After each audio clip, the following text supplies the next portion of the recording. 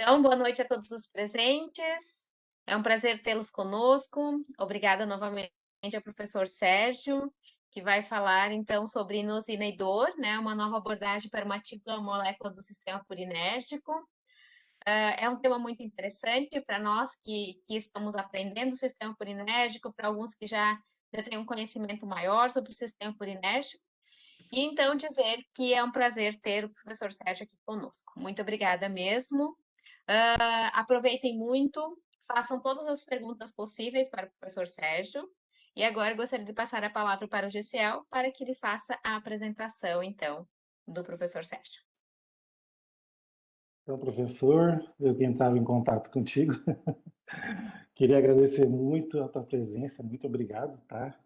E eu te encontrei através da minha cunhada, ela é professora doutora da UFSC, a Morgana Duarte, e ela disse, ó, conversa com o Sérgio e ele vai te dar uma luz aí nessa parte do sistema polinésico. Então, apresentando o Dr. Sérgio José Macedo Júnior, farmacêutico bioquímico formado pela Universidade Federal de Santa Catarina, em 2011, mestre em 2014 e o doutorado em farmacologia pelo Programa de Pós-Graduação em Farmacologia da Universidade Federal de Santa Catarina, concluído em 2018, sendo doutorado sanduíche na Universidade degli Studi di Firenze, espero que tenha falado certo, na Itália, em 2017, sobre orientação do professor Pierangelo Gepetti. Também espero que tenha falado certo. Pós-doutorado no Centro de Inovações e Ensaios Pré-Clínicos, CIEMP, acredito que se fala assim, em Florianópolis, com foco em estudos não clínicos para desenvolvimento de fármacos. Tem experiência na área de toxicidade induzida por metais pesados, estudando o potencial protetor de purinas endógenas diante dos efeitos tóxicos do metilmercúrio em roedores. Também possui experiência na área de farmacologia da dor, estudando os desenvolvimentos dos receptores TRPs em modelos animais de dor neuropática e na dor causada por toxinas.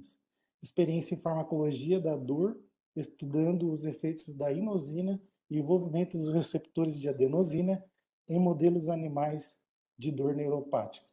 Atualmente é pesquisador júnior no CIEMP, onde atua como diretor de estudos na área de eficácia. Esse é o professor. Eu só queria, antes de passar a palavra ao professor, ver se a Joana que também quer falar alguma coisa, que ela me ajudou nessa empreitada, Joana Cassol. Só queria agradecer a presença do professor e a presença de todos mesmo. Eu acho que é uma boa palestra para todo mundo. Obrigada, Joana. Professor, antes de iniciar a sua fala, obrigada ao GCL também que fez a sua apresentação. Eu quero dizer, né, compartilhar contigo como iniciou o nosso projeto. E aí surgiu justamente de uma das integrantes do nosso grupo, que é a Júlia, né, essa necessidade de explicar o sistema purinérgico para a comunidade. Então, o nome do nosso projeto é Explicando o Sistema Purinérgico para a Comunidade. E aí, o objetivo é justamente a gente trabalhar os mais diversos temas, né, numa abordagem uh, fácil, simples, né, justamente para que todos possam entender, né, esse sistema que, por mais que às vezes a gente, quando começa a estudar, acha que é complicado, mas é um sistema muito interessante, né, e acredito que, pela sua trajetória, você deve ser um apaixonado pelo sistema purinérgico também, assim como a gente. Então, obrigada e siga com a sua palavra. Tá certo. Bom, então, boa noite a todos. Gostaria de agradecer, então, inicialmente ao Gesiel pelo convite, pelo contato que ele manteve comigo por esses últimos dias, a professora Margarete também, e já de antemão gostaria de dar os parabéns por essa iniciativa, né, de vocês. Muitas vezes o sistema purinérgico acaba sendo um pouco esquecido, às vezes até negligenciado, né, se destacam outros sistemas mais conhecidos, o sistema purinérgico fica ali um pouquinho quieto, né, mas ele tem uma função, uma participação muito importante em diferentes órgãos aí do nosso organismo. Então, conhecer o sistema purinérgico acho que é algo bastante importante. E a escolha desse tema veio mais ou menos nesse sentido, né? Quer dizer, muitas vezes dentro do sistema purinérgico a inosina acaba sendo um pouco negligenciada, né? Quando a gente ouve falar de sistema purinérgico, a gente lembra muito do ATP, da adenosina, do ADP, mas esses metabólitos do sistema purinérgico, como a inosina, muitas vezes acabam sendo esquecidos, né? E são muitas vezes considerados apenas metabólitos, mas há um bom tempo já vem sendo demonstrado que a inosina apresenta alguma atividade biológica bastante importante e também alguma atividade, algum potencial terapêutico. Então, a ideia de abordar a inosina foi justamente para tentar demonstrar, né, que essa molécula tem um papel bastante importante dentro do sistema purinérgico. E escolhi falar sobre inosina e dor, porque dor é uma área que eu venho trabalhando já desde a minha iniciação científica, então a gente tem alguns resultados interessantes, alguns achados interessantes para demonstrar. Eu não sei como funciona direito a dinâmica do seminário, mas vocês podem interromper a qualquer momento para fazer perguntas. Até prefiro assim, porque como eu não estou vendo os participantes, se alguém fazer alguma pergunta no meio, eu sei que vocês ainda estão aí, não saíram. Bom, então aqui um breve sumário da apresentação que nós vamos ver hoje, né? Primeiro, um breve histórico da inosina dentro do sistema purinérgico, seguido de um resumo de conceitos e terminologias e também sobre a neurofisiologia da dor, e alguns estudos que nós temos publicados que demonstram o efeito da inosina, especialmente em modelos animais de dor, né? Já que esse é o foco do nosso grupo de pesquisa nos últimos 10 anos. Quando nós fazemos uma busca nas bases de dados, né, especialmente no PubMed, que é uma das principais bases de dados para se buscar artigos científicos, quando a gente coloca o termo inosina, a gente observa esse perfil no número de publicações, desde aqui de 1913 até 2020. E a gente pode observar que existem dois momentos mais importantes onde ocorre um aumento no número de publicações relacionadas à inosina. Aqui a partir da década de 70 e posteriormente a partir da década de 90. Então, esses dois períodos tiveram acontecimentos importantes que fizeram com que o número de publicações relacionadas à inosina tivesse um aumento nesses períodos, né? Quando a gente traça uma linha do tempo do sistema purinérgico, incluindo a inosina, a gente tem o seguinte achado, né? Quer dizer, a história do sistema purinérgico se inicia lá no início ou a partir da década de 20, né, do século 20, um pouco mais especificamente a partir do trabalho de Drury e St. George, onde eles observaram o potencial de ação do ATP e da adenosina no coração e nos vasos. Mas é a partir da década de 70 que o sistema purinérgico acaba ganhando um pouco mais de destaque a partir dos trabalhos do professor Geoffrey Burnstock, em Londres. Então, nesse período, ele demonstrou que o ATP, que é uma das principais moléculas do sistema purinérgico, atua como um cotransmissor em terminações simpáticas e parasimpáticas, não colinérgicas e não adrenérgicas. Então, nesse período, né, nessa década de 70, os trabalhos do professor Burnstock demonstraram que o ATP atua como um neurotransmissor. Então, a partir daí, aumentou muito o interesse, não só pelo ATP, mas também pelas demais moléculas derivadas do ATP, dentre elas a adenosina e também a inosina. Então, é por isso que a partir da década de 70 a gente tem esse aumento no número de publicações relacionadas à inosina. E dentre essas publicações se destacam nesse período trabalhos que procuraram relacionar a inosina com ansiedade e com epilepsia especificamente. Esses trabalhos eles estavam procurando encontrar moduladores endógenos dos receptores GABA. Então, nessa busca, alguns trabalhos demonstraram que a inosina poderia atuar como modulador dos receptores GABA, GABA-A, né, especificamente, e poderia ter algum efeito na ansiedade e na epilepsia. E posteriormente, na década de 90, a inosina ela passa a ser considerada como uma molécula sinalizadora, principalmente com relação ao sistema imune, então modulando o sistema imune. Então, por isso que a partir desse período onde a gente tem um novo aumento no número de publicações relacionadas com a inosina. Então, ela deixa de ser, né, entre as décadas de 70 e 90, deixa de ser somente um metabólito do sistema purinérgico e passa a ser uma molécula com atividade biológica, principalmente sobre o sistema imune. E a partir dos anos 2000, esses achados que demonstraram que a inosina tinha uma atividade biológica são reforçados, pois se descobre que ela atua como um ligante natural dos receptores de adenosina. Ou seja, ela tem uma atividade biológica e tem um alvo biológico identificado, que são os receptores de adenosina. Então, só para a gente situar da onde vem a inosina, né, onde que ela está dentro do sistema purinérgico, que a gente tem uma representação que procura demonstrar o sistema purinérgico como um todo, e a gente observa aqui que a inosina ela é um metabólito da adenosina. Então, tanto no meio intracelular quanto no meio extracelular, por ação de uma enzima chamada de adenosina deaminase, a adenosina é transformada em inosina. E como a gente pode ver aqui também, essa adenosina ela é proveniente do metabolismo do ATP. Então, por ação de outras enzimas que são as ATPases, o ATP é convertido em AMP, que por sua vez, por ação de 5 nucleotidases, é transformado em adenosina. E aí a adenosina origina a inosina por ação da adenosina deaminase. A adenosina pode deixar o meio intracelular e chegar até o meio extracelular por meio desses nucleosídeos transportadores equilibrativos de nucleosídeos. E no meio extracelular ela também vai ser convertida em inosina. A inosina, por sua vez, ela também sofre um processo de metabolização.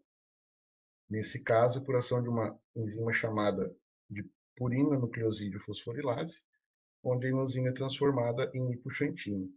Posteriormente, a hipoxantina sofre ação de xantinas oxidases e vai produzir, então, o ácido úrico, que é o produto final aqui desse metabolismo do ATP.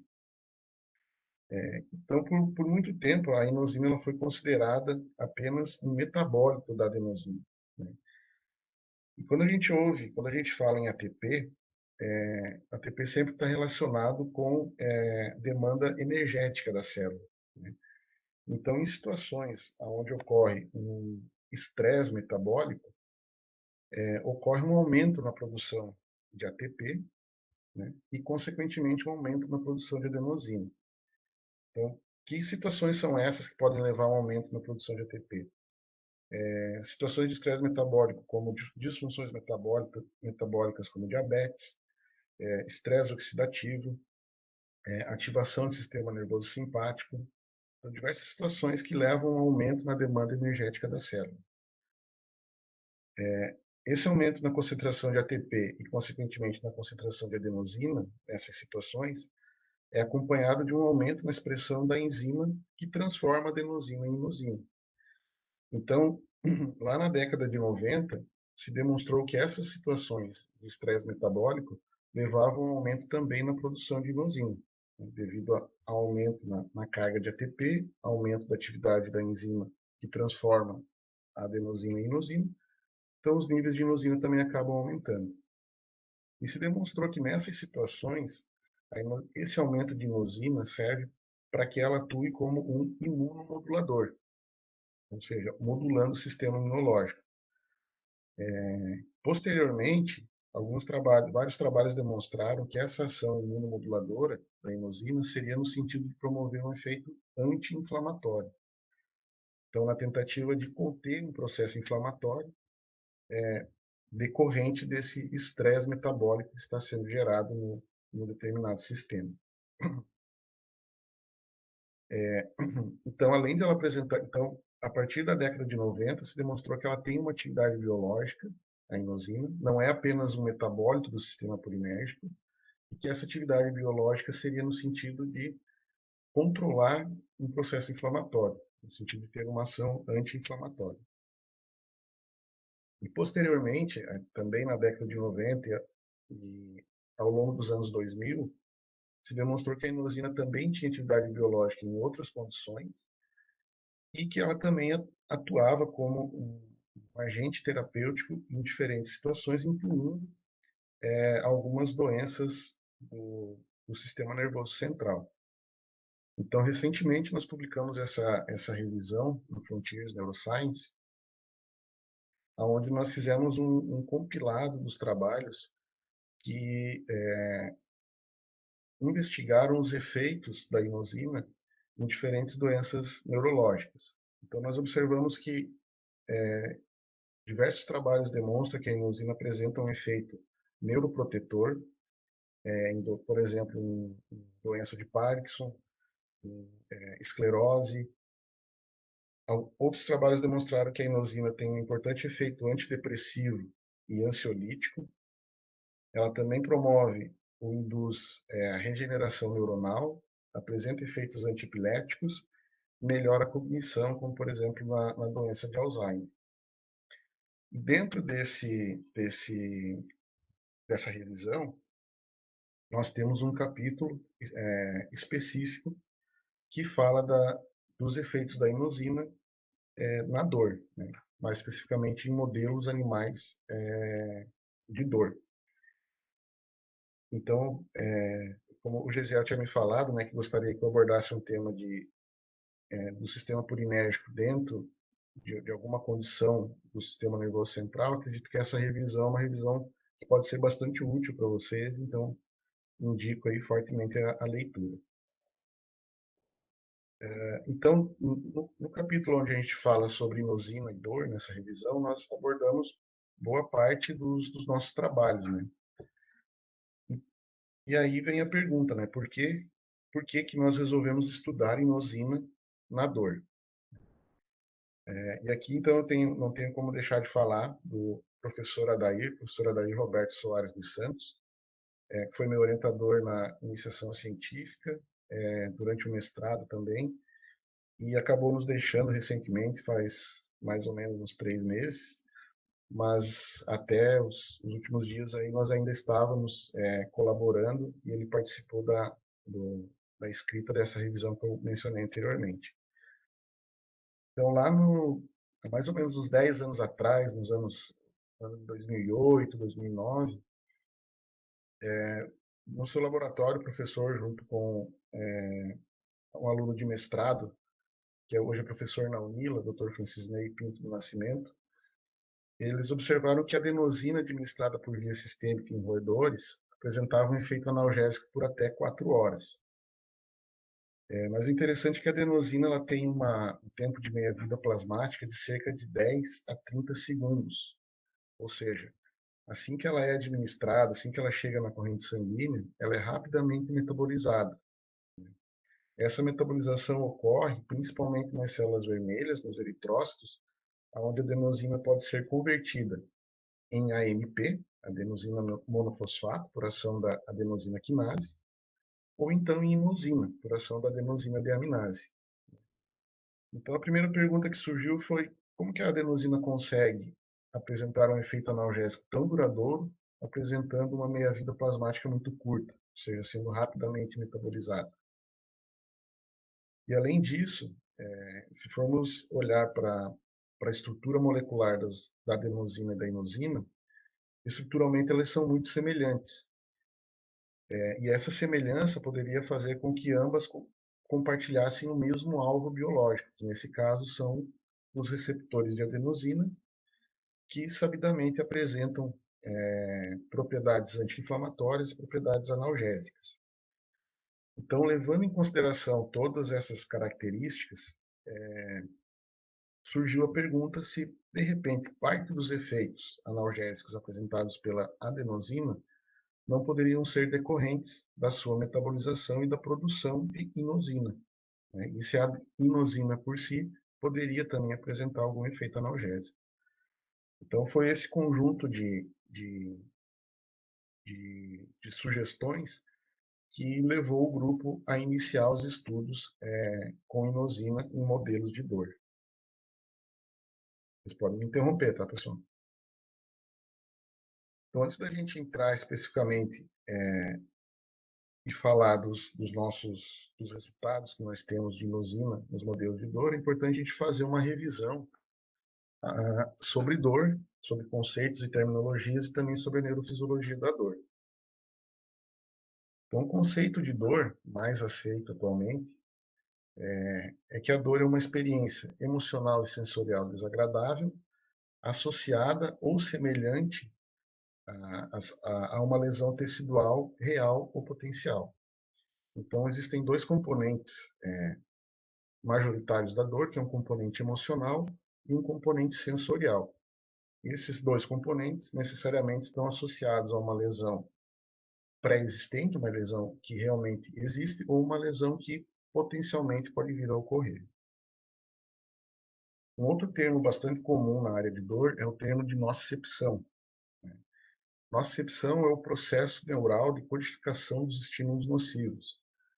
Então, a gente pode dizer que a nocicepção é o componente sensorial da dor. Então, se nós excluirmos o componente emocional e ficarmos apenas com o componente sensorial, nós estamos falando de nocicepção. Normalmente, nos estudos em animais, em roedores, nós evitamos de utilizar o termo dor e utilizamos preferencialmente o termo nocicepção. Isso porque a gente não consegue, com as ferramentas que nós temos disponíveis, aferir o componente emocional da dor. Então, nós conseguimos aferir o componente sensorial e por isso nós utilizamos o termo nocicepção. Se a nocicepção é um processo neural, existe então um neurônio nociceptivo, que é um neurônio localizado no sistema nervoso central ou periférico, somatosensorial, que é capaz de codificar os estímulos nocivos. Então, é o neurônio que vai ser responsável pela detecção, transdução e transmissão dos estímulos nocivos. Então, nós vamos ver um pouquinho mais à frente algumas características desse neurônio nociceptivo. Para que esse neurônio ele tenha a capacidade de detectar e de transduzir um estímulo nocivo, ele tem uma molécula na sua membrana plasmática que é o nociceptor. É um receptor sensorial que tem um alto limiar de ativação, localizado no sistema nervoso somatosensorial, que transduz e codifica os estímulos nocivos. Então, o que seria um estímulo nocivo? Um estímulo nocivo poderia ser, por exemplo, um calor nocivo, uma temperatura excessivamente alta ou excessivamente baixa. Então, na membrana plasmática do neurônio nociceptivo, existem receptores ou nociceptores que detectam esse calor nocivo e transformam esse estímulo térmico em um estímulo elétrico que vai ser transmitido através de potenciais de ação ao longo desse neurônio nociceptivo até o sistema nervoso central. Nós vamos ver também mais à frente alguns desses receptores sensoriais. Outro termo bastante presente na área de dor é o termo alodínia, que é a dor devido a um estímulo que normalmente não provoca dor. Então, existem alguns estímulos, como por exemplo o estímulo tátil ou estímulos térmicos normotérmicos, normalmente eles não provocam dor. Mas por causa de alguma alteração, alguma sensibilização que ocorre no neurônio nociceptivo, esse estímulo ele passa a causar dor. Então, por exemplo, se o indivíduo tem um processo inflamatório, está liberando agentes inflamatórios e sensibiliza o neurônio nociceptivo, ele pode passar a sentir dor apenas com um simples toque, que normalmente não causaria dor. E um termo semelhante à alodínia é o termo hiperalgesia. Está relacionado a uma dor aumentada devido a um estímulo que normalmente já provoca dor. Então, também tem a ver com o processo de sensibilização do neurônio nociceptivo, mas o estímulo que já causava dor vai causar uma dor ainda maior em virtude dessa sensibilização. E aí nós temos os termos analgesia e antinocicepção, que estão muito relacionados com dor e com nocicepção. Então, analgesia se refere à ausência de dor em resposta a um estímulo que normalmente seria doloroso. E a antinocicepção seria a ausência de nocicepção, em resposta a um estímulo que é nociceptivo. Então, analgesia nós utilizamos quando nós falamos de dor e antinocicepção, preferencialmente, quando nós estamos falando de nocicepção. gente pode voltar a discutir um pouco mais sobre esses conceitos, essas terminologias, se vocês acharem necessário. E nós temos também diversos tipos de dor, né? E aqui eu destaquei esses dois tipos, que são os dois tipos mais comuns, né? Que é a dor aguda e a dor crônica. A gente sabe que a dor aguda ela tem um caráter protetivo, né? Ela nos informa de que nós estamos expostos a alguma situação que é potencialmente nociva para o nosso organismo. Então, a dor aguda ela não é de todo mal. É importante, é necessário que a gente sinta, que a gente perceba a dor aguda. O problema é quando nós temos uma cronificação dessa dor aguda ou o desenvolvimento de uma dor crônica, né, que é aquela dor persistente por um período superior a 3 meses. E dentre os tipos de dor crônica, se destacam a dor neuropática e a dor inflamatória. Por que eu estou falando de dor neuropática e inflamatória? Porque eu vou apresentar alguns resultados onde nós observamos que a inosina tem efeito antinociceptivo em modelos de dor neuropática e dor inflamatória. Então, a dor neuropática é uma dor causada por uma lesão ou doença no sistema nervoso sensorial. Então, necessariamente, a dor neuropática ela envolve algum tipo de lesão em algum nervo, vamos dizer assim, né? Uma lesão que atinja o neurônio nociceptivo. Essa lesão ela pode ser causada por um trauma mecânico, como, por exemplo, uma compressão, uma transfecção do nervo. Um exemplo muito comum de dor neuropática por compressão é a dor causada pela hérnia de disco. Então, as raízes nervosas que deixam a medula espinhal acabam sendo comprimidas pelos discos ali que ficam entre as vértebras, né? Dor neuropática pode ser causada também por doenças virais, como, por exemplo, o herpes zoster e o HIV, e também pode ser causada por agentes químicos, como os quimioterápicos utilizados no tratamento de câncer. E aí a gente destaca 2 quimioterápicos importantes nesse sentido, que são o paclitaxel e a oxaliplatina. E a dor inflamatória é uma dor decorrente de um processo inflamatório. Então, um exemplo aqui é a osteoartrite. Então, devido ao processo inflamatório existente, você tem produção de mediadores inflamatórios, como citocinas, quimiocinas, ativação de células inflamatórias como macrófagos, neutrófilos, e isso leva a uma sensibilização do neurônio nociceptivo e um aumento na resposta a estímulos dolorosos ou não dolorosos. Então, falando um pouco sobre a neurofisiologia da dor, tudo se inicia, então, com o neurônio nociceptivo primário, né? Que é aquele neurônio que ele apresenta terminações nervosas localizadas na periferia, né? Pode ser na mão, nos dedos, nos pés, ou então nas vísceras. Esse neurônio nociceptivo, ele tem terminações nervosas periféricas e ele tem também terminações nervosas que chegam até a medula espinhal, mais especificamente numa região da medula espinhal chamada de corno dorsal da medula espinhal. Esse é um neurônio chamado de neurônio bipolar, né, porque ele apresenta o seu corpo celular numa região externa à medula espinhal, externa ao sistema nervoso central, chamada de gânglio da raiz dorsal. Então, é justamente um gânglio que é formado devido ao acúmulo de corpos celulares desses neurônios, e ele tem, então, projeções e terminações nervosas que vão até a periferia, terminações nervosas que vão até a medula espinhal. Então, esse neurônio nociceptivo, ele vai ser responsável por captar e por transduzir os estímulos nocivos. Para fazer essa transdução, ele apresenta, então, na sua membrana, algumas moléculas ou receptores que são os nociceptores. Alguns desses receptores eles são especializados em detectar e transduzir estímulos térmicos, como, por exemplo, os canais iônicos do tipo TRPV1 e do tipo TRPA1. Alguns desses receptores eles são responsáveis por detectar estímulos mecânicos, como alguns subtipos de canais de potássio, como os TREC1 e TRAC.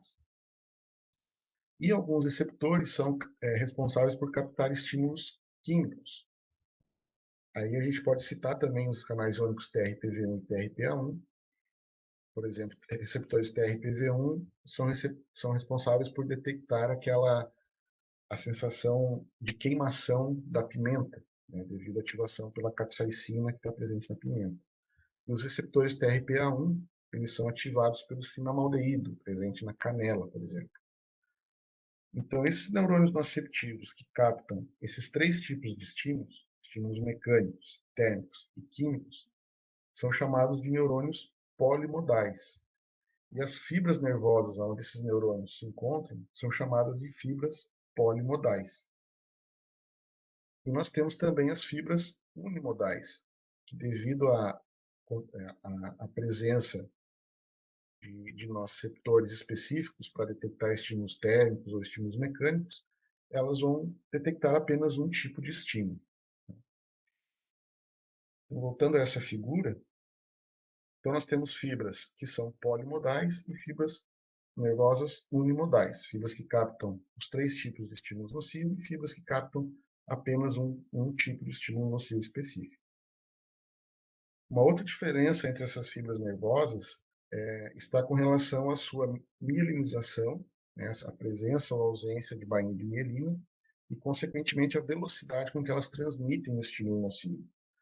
Então, nós temos fibras C, que normalmente são fibras polimodais, elas não apresentam bainha de mielina, e por isso elas transmitem, né, o potencial elétrico que é gerado nessas fibras, o potencial de ação que é gerado nessas fibras para a transmissão da informação, ela se dá de uma maneira mais lenta, justamente devido à ausência de bainha de mielina. Nós temos também as fibras A delta, que são fibras pouco mielinizadas, e a sua velocidade de condução é um pouco maior do que as fibras C, e as fibras A beta, que são fibras muito mielinizadas e têm uma velocidade de condução muito maior. As fibras C e as fibras A delta são as principais fibras que transmitem, que conduzem os estímulos nocivos. As fibras A beta também fazem isso, mas com um pouco menos de frequência, e elas estão mais envolvidas com a transmissão de estímulos táteis, estímulos não nocivos. Mas elas podem ser sensibilizadas e passar a responder também a estímulos nocivos. Então, essas fibras vão se deslocar, né, ou vão fazer a comunicação da periferia com a medula espinhal no corno dorsal da medula espinhal. Então, no corno dorsal da medula espinhal vai ocorrer a sinapse entre esse neurônio nociceptivo primário e um neurônio nociceptivo secundário, que vai levar a informação até regiões superiores do sistema nervoso central, como, por exemplo, o tálamo e córtex somatosensorial. No corno dorsal da medula espinhal, o neurônio nociceptivo primário, ou seja, a fibra C ou a fibra A delta, vai liberar alguns neurotransmissores. E aí essas fibras podem liberar neurotransmissores que são peptidérgicos, são peptídeos, ou não peptidérgicos, desculpa. Então, dentre esses neurotransmissores, a gente destaca substância P, CGRP, glutamato e ATP. Então, esses neurotransmissores liberados pelo neurônio nociceptivo primário vão atuar nos seus receptores localizados no neurônio aferente secundário, no neurônio nociceptivo secundário, e vão gerar um potencial de ação nesse neurônio para que a informação seja conduzida através de diferentes tratos nervosos até o tálamo e o córtex somatosensorial. No córtex somatosensorial, então, vai ser percebida a intensidade e a localização da dor. Ou seja, se essa dor está na mão, está no pé, está na víscera, e a intensidade dessa dor. No tálamo, a gente tem a parte autonômica da dor. Então, devido à ativação de regiões talâmicas, principalmente do hipotálamo, a gente tem os componentes autonômicos, como, por exemplo, aumento na pressão arterial, aumento na frequência cardíaca, sudorese, todas essas características autonômicas da dor. E é importante também a gente mencionar, né, que essa via aqui, que eu acabei de comentar, a gente fala que é a via ascendente da dor, né? Ou seja, o estímulo está saindo da periferia e indo até centros superiores do sistema nervoso central. Mas existe também uma via descendente da dor. E normalmente essa via é uma via inibitória, que ela é ativada automaticamente pelo sistema nervoso para tentar controlar a dor. Então, nessa via descendente inibitória da dor, nós temos principalmente neurônios opioidérgicos que liberam, lá no corno dorsal da medula espinhal, opioides endógenos, como a encefalina. Esses opioides endógenos eles vão tentar frear essa comunicação entre o neurônio nociceptivo primário e o neurônio nociceptivo secundário, tentativa de controlar a dor. Também vocês podem fazer perguntas aqui, a gente pode detalhar um pouco mais caso seja necessário. Bem, entrando já então nos resultados que nós temos com a inosina na dor, eu vou apresentar resultados de 3 ou 4 trabalhos que nós temos já publicados, né? Então, nos primeiros trabalhos, nós observamos que a inosina apresenta um efeito antinociceptivo quando ela é administrada por diferentes vias em roedores. Então, nós utilizamos um teste aqui em camundongos, que é o teste de nocicepção induzida por ácido acético. Então, é um modelo onde a gente administra ácido acético no peritônio dos animais e o animal ele exibe um comportamento de contorção, quase como se fosse uma cólica, né? Ele toca o abdômen no chão e ele estica as patas traseiras para trás, né? E a gente conta o número de contorções que o animal apresenta por um determinado tempo.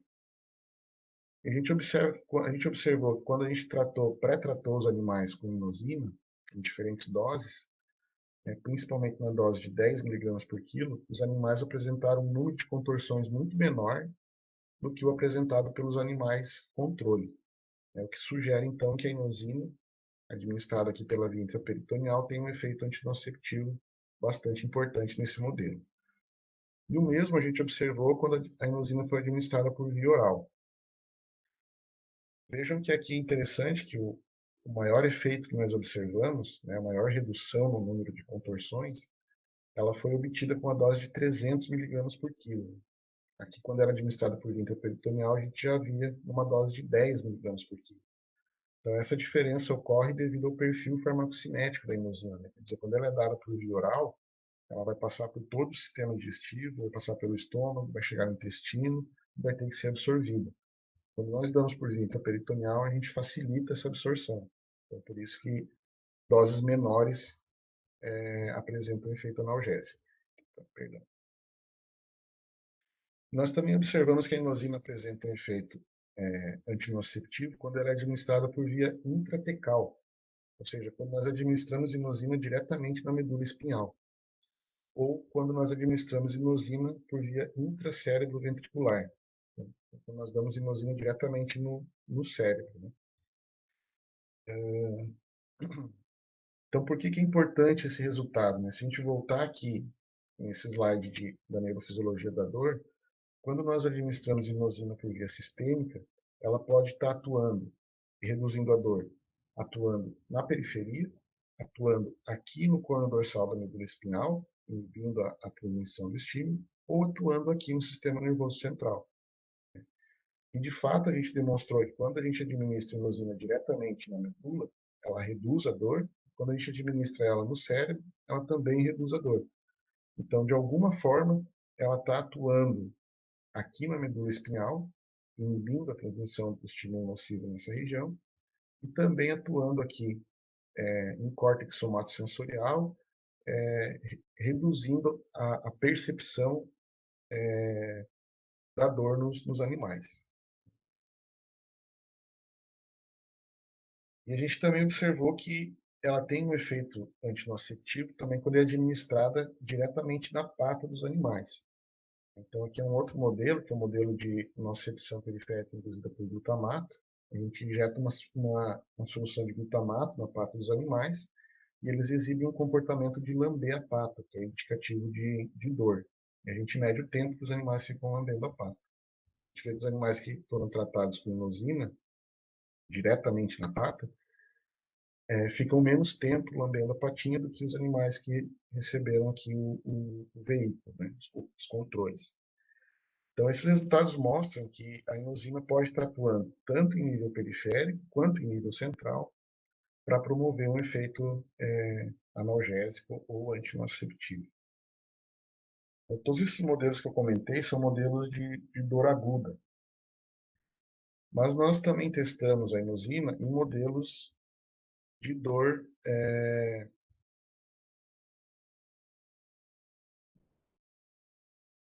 em modelos de dor crônica, mais especificamente modelos de dor neuropática. O modelo que a gente utilizou aqui nesse estudo foi um modelo de ligação parcial do nervo ciático, onde a gente faz um procedimento cirúrgico, onde a gente expõe o nervo ciático dos animais e faz uma amarradura com fio de sutura no terço distal do nervo. Então, essa amarradura vai fazer uma lesão mecânica no nervo ciático, uma lesão por compressão, que progressivamente aumenta a sensibilidade dos animais a estímulos que normalmente não são nocivos. E aí, para a gente avaliar se o animal está ou não com dor, a gente utiliza um teste, que é o teste do Von Frey. A gente utiliza um filamento de nylon, onde a gente aplica esse filamento na pata do animal, e se ele sente dor, ele vai fazer um movimento de retirada da pata. A gente aplica 10 vezes consecutivas esse filamento, e dessas 10 vezes a gente analisa quantas vezes o animal retirou. Quanto mais vezes ele retirar, mais dor ele está sentindo. Quanto menos vezes ele retirar, menos dor. Então, o que nós observamos aqui?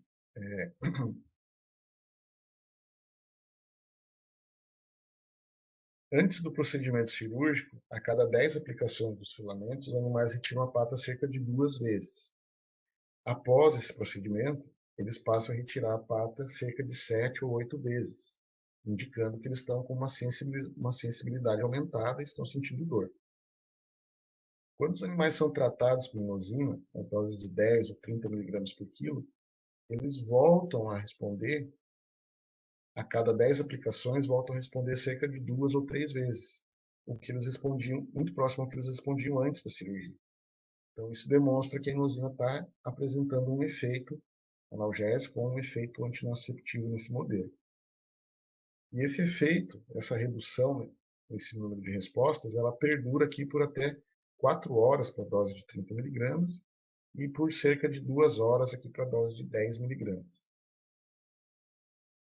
E posteriormente nós fizemos uma avaliação prolongada com inosina. Nós tratamos os animais uma vez ao dia e avaliamos a resposta desses animais por até 22 dias. Então aqui a gente pode ver que a bolinha preta aqui, né, inosina na dose de 30 mg por quilo, ela mantém a resposta dos animais em torno de 2 ou 3 vezes a cada 10 aplicações, muito próxima aqui à resposta dos animais que não foram operados, animais que não sentem dor. E apresenta esse efeito praticamente em todos os dias do tratamento. No 16º dia de tratamento, nós interrompemos o tratamento com inosina e seguimos avaliando por mais 3 dias. Quando nós interrompemos o tratamento, a gente observou que os animais voltam a sentir dor, voltam a responder lá cerca de 6 ou 7 vezes a cada 10 aplicações do filamento. E quando nós retomamos o tratamento, o efeito reaparece, ou seja, o efeito analgésico volta a aparecer.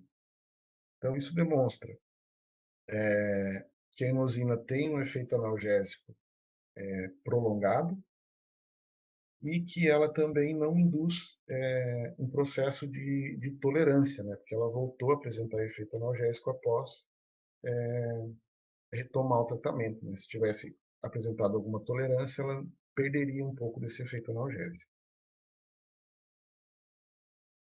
E o mesmo perfil de resposta a gente observou quando nós utilizamos um modelo de dor inflamatória crônica, que é um modelo de dor induzida por CFA.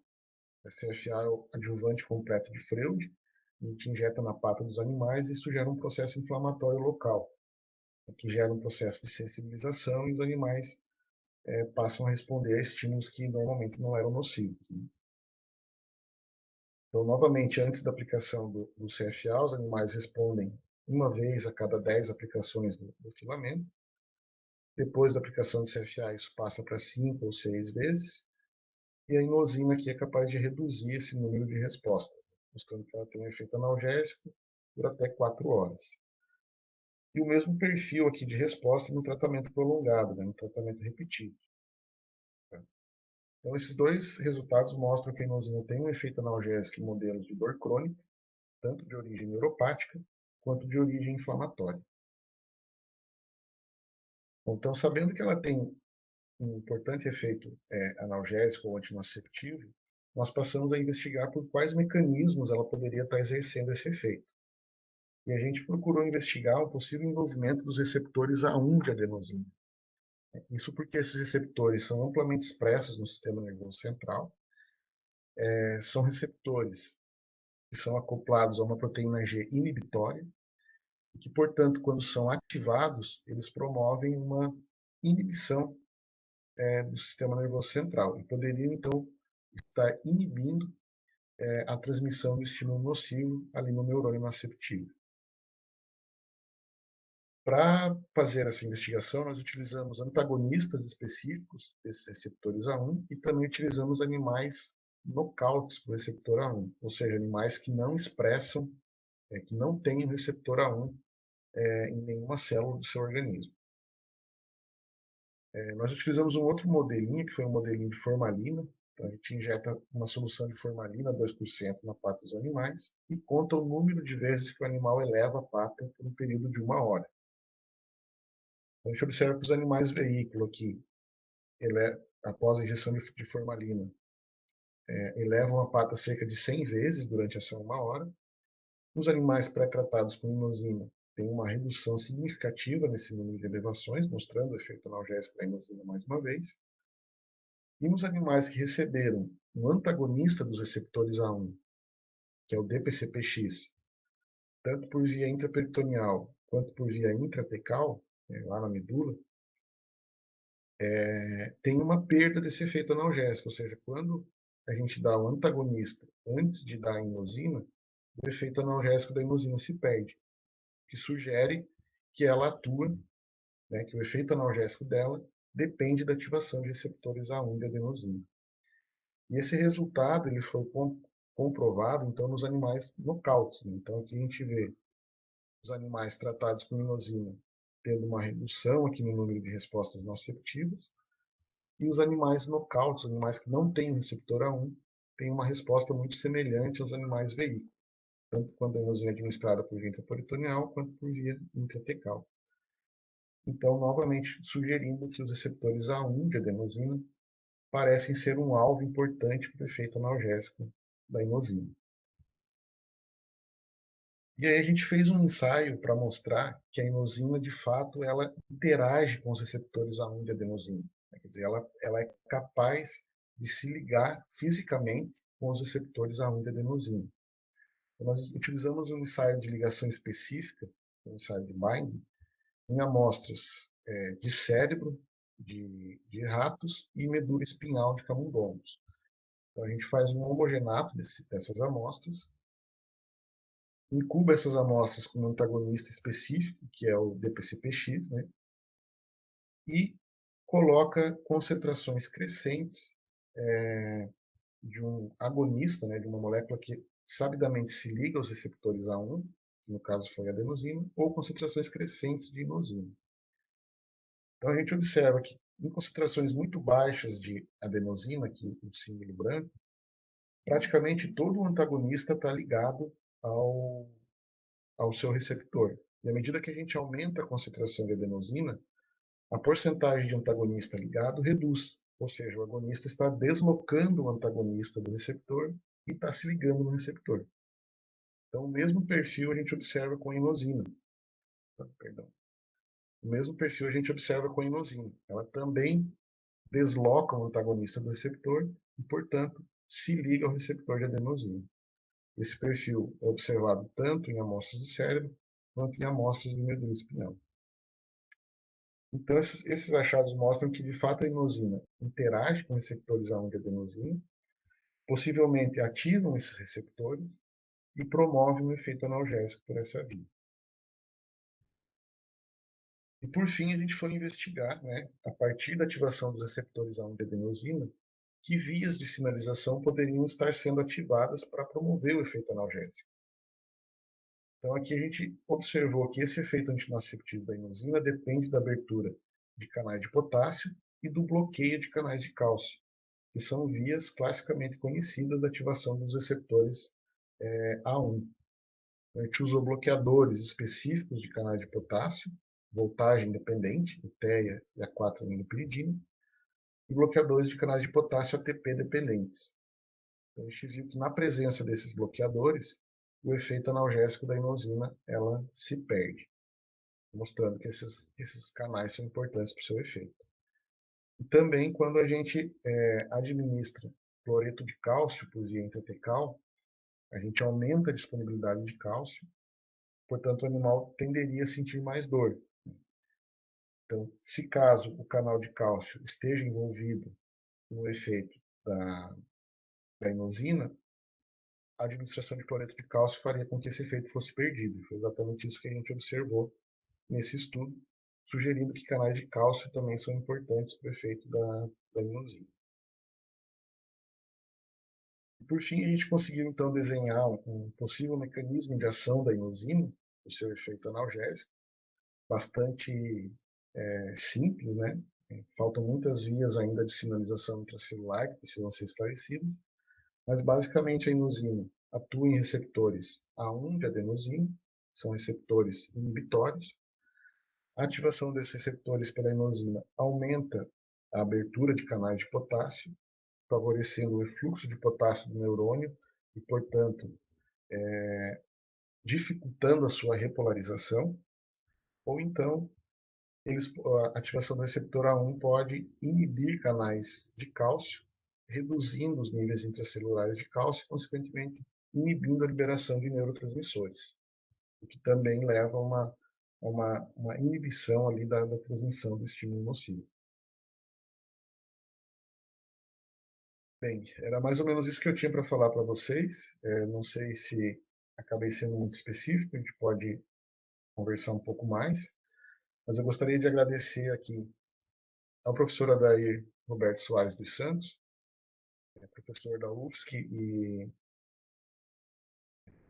antigo coordenador do Laboratório de Neurobiologia da Dor e Inflamação, onde eu fiz minha iniciação científica e meu mestrado, ao professor Francisney Nascimento, que hoje é professor da UNILA, em Foz do Iguaçu, e foi com ele que eu fiz iniciação científica lá no laboratório do professor Adair, então ele que me apresentou esse mundo do sistema purinérgico da inosina. Gostaria de agradecer também aos colegas do LAND, especialmente entre os anos de 2008 e 2014, que foram os anos onde eu estive lá, e a vocês aí da Universidade Federal da Fronteira Sul pelo convite e pela oportunidade de estar conversando hoje com vocês. Muito obrigado. Nós que agradecemos, professor.